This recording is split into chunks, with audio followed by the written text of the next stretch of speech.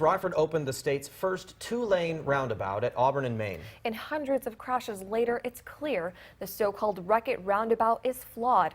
Tonight, I ask what can be done to cut down on the car carnage.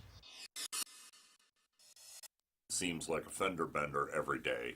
Daniel Johnson owns this dental office across the street from the roundabout. He hears all the time about people who have driven through Rockford's two-lane roundabout and found the experience a little unnerving. For every one person that likes it, there's two or three others that won't go near it. When it first opened, it was one of a kind, the only two-lane roundabout in the state. City leaders said it would reduce traffic at the intersection and make it safer. Ultimately, the roundabout was thought to give the most capacity, the best safety, and also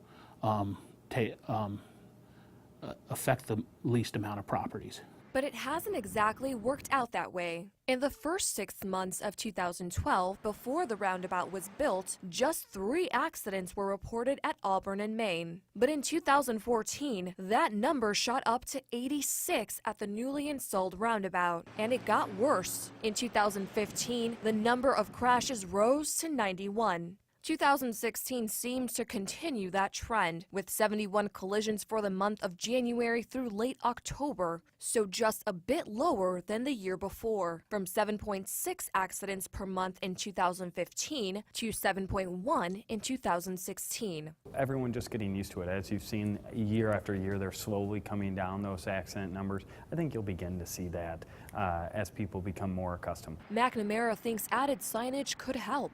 Yeah, the accident numbers are still ridiculously high. I think some increased signage for people before they're even up at the intersection, just letting them know that they could take a right or a left and go around it. But the city says there's more than enough signage. They attribute the high rate of accidents to just one thing.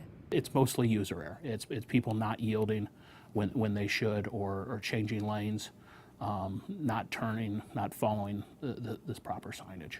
I mean, every time I go through, you certainly have to be very cautious. There's always someone who's not slowing down one bit, it seems like.